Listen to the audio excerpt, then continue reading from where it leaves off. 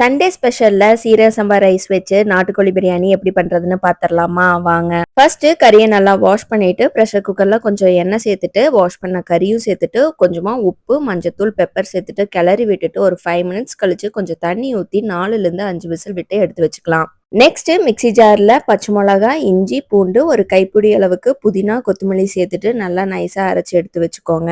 அடுத்து ஒரு பவுல்ல கொஞ்சமா தயிர் சேர்த்துட்டு மல்லித்தூள், மிளகாய்த்தூள், பெப்பர் போட்டு அதையும் மிக்ஸ் பண்ணி எடுத்து வச்சுக்கோங்க. நெக்ஸ்ட் ப்ரெஷர் குக்கர்ல ஆயில் சேர்த்துட்டு பிரியாணி ஸ்பைசஸும் சேர்த்துட்டு கட் பண்ணி வச்சிருக்க பெருவெங்காயம் சேர்த்துட்டு நல்லா கிளறி விட்டுட்டு நம்ம வேக வச்சு வச்சிருந்த கறியும் சேர்த்துட்டு ஒரு 5 மினிட்ஸுக்கு நல்லா வேகட்டும். நெக்ஸ்ட் மிக்ஸ் பண்ணி வச்சிருக்க தயிரையும் சேர்த்துட்டு 2 மீடியம் சைஸ் தக்காளியும் கட் பண்ணி வச்சிருக்கேன், அதையும் சேர்த்துட்டு நல்லா கிளறி விட்டுட்டு 2 நிமிஷம் கழிச்சு நம்ம அரைச்சு வச்சிருக்க பேஸ்ட்டையும் சேர்த்துட்டு ஒரு 10 to 15 மினிட்ஸ் நல்லாவே கொதிக்க விட்டுறலாம். நெக்ஸ்ட் 2.25 டம்ளர் சீரக சம்பா அரிசிக்கு 4 டம்ளர் தண்ணி சேர்த்துட்டு நல்லா கொதிக்க விட்டுக்கலாம். அதுக்கப்புறமா 20 நிமிஷம் ஊற வச்ச அரிசியும் சேர்த்துட்டு அதையும் ஒரு 5 மினிட்ஸ்க்கு நல்லா கொதிக்க விட்டுறலாம். நான் இன்னைக்கு தம் போட்டு தான் பண்ணியிருக்கேன். அப்படி இல்லைன்னா நீங்க லிட் போட்டு க்ளோஸ் பண்ணிட்டு ஒரு 5 மினிட்ஸ் லோ ஃப்ளேம்ல விட்டு ஆஃப் பண்ணிருங்க.